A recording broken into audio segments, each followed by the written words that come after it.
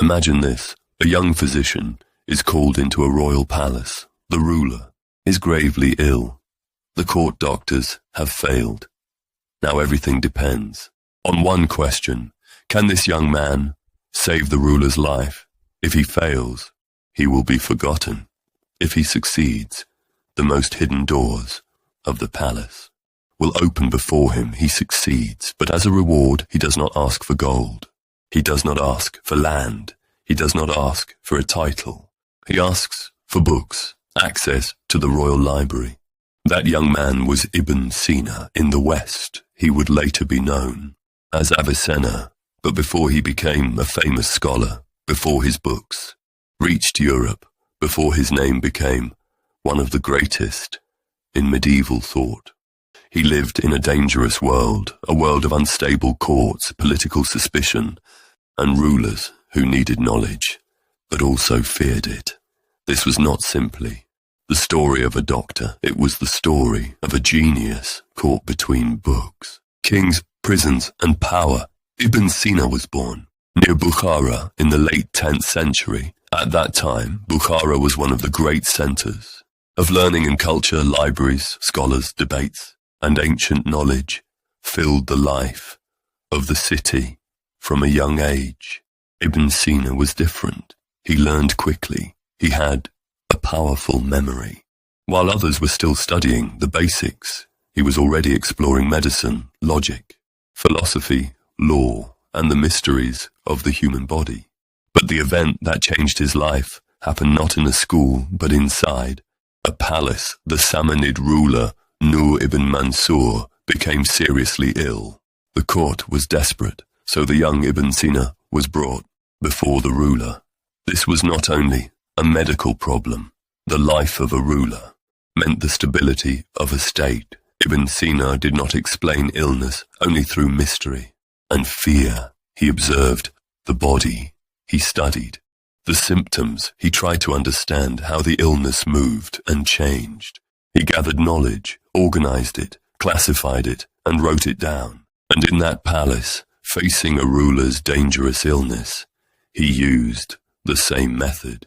He watched carefully. He studied the condition. He tried to understand the problem. Then he treated the ruler, and the ruler recovered. That success has opened the palace doors for Ibn Sina. As a reward, he was allowed to enter the royal library. For many people, this might have seemed like a small reward, but for Ibn Sina, that library was worth more than treasure. Inside, he found rare manuscripts, medicine, philosophy, mathematics, astronomy, ancient thought. On silent shelves, centuries of knowledge were waiting. That library changed him, but later a dark rumor grew around this story. The great library was lost in a fire, and some people claimed that Ibn Sina himself had burned it, so no one else could reach the knowledge he had found there. This accusation was most likely only a dark rumor, but it shows something important. Ibn Sina was no longer remembered as an ordinary scholar. He was remembered as a man who had entered a hidden world of knowledge and come out changed. Then history shifted. The Samanid state weakened. Courts changed. New rulers rose, and Ibn Sina could not live the quiet life of a scholar. He moved from city to city. Bukhara, Gurganj, Hamedan, Isfahan. Each city offered shelter, but each shelter brought new danger, because in royal courts, a brilliant and influential man could quickly become a target of suspicion. Ibn Sina was not only a physician, he became an advisor. He became a man of the court. He saw rulers in their weakest moments. He heard the fear behind palace walls, and the closer he came to power, the more enemies he gained. In Hamedan, his life entered a more dangerous chapter. He served Shams al-Dawla. He became involved in government. He gained influence at court, but that influence brought danger. Suspicion began. to grow around him. He was accused of political disloyalty, and in a suspicious court, that was enough. The man who had once entered royal libraries was now removed from royal halls. He was imprisoned in a fortress. Near Hamedan and Isfahan, stone walls, silence, isolation for many people. That would have been the end. But for Ibn Sina, prison was not the end. He lost his freedom, but he did not lose his mind. Inside the fortress, he continued to think. He continued to write. Outside the walls, politics kept changing. Inside the walls, Ibn Sina kept building. Ideas, they could close the gate, but they could not close his mind. After some time, the political situation changed again.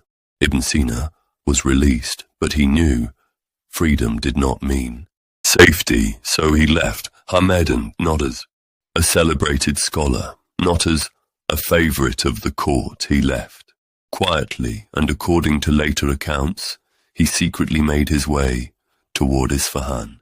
This was not the journey of a comfortable scholar. It was the escape of a man trying to survive politics, and he did not leave empty-handed.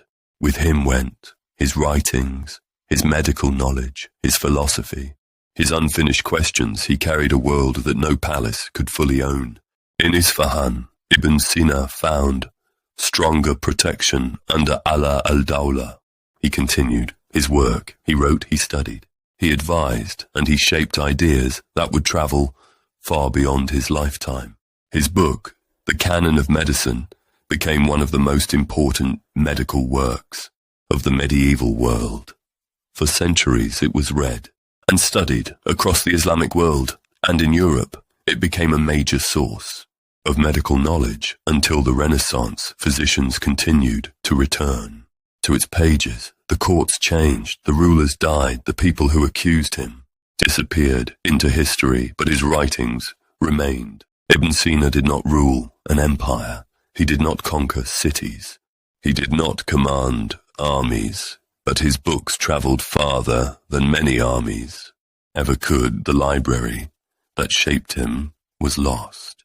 The fortress that held him fell silent. The courts that used him vanished. But the name Ibn Sina remained: a physician, a prisoner, a thinker, a man whose mind became too valuable to ignore and too powerful for any palace to truly control.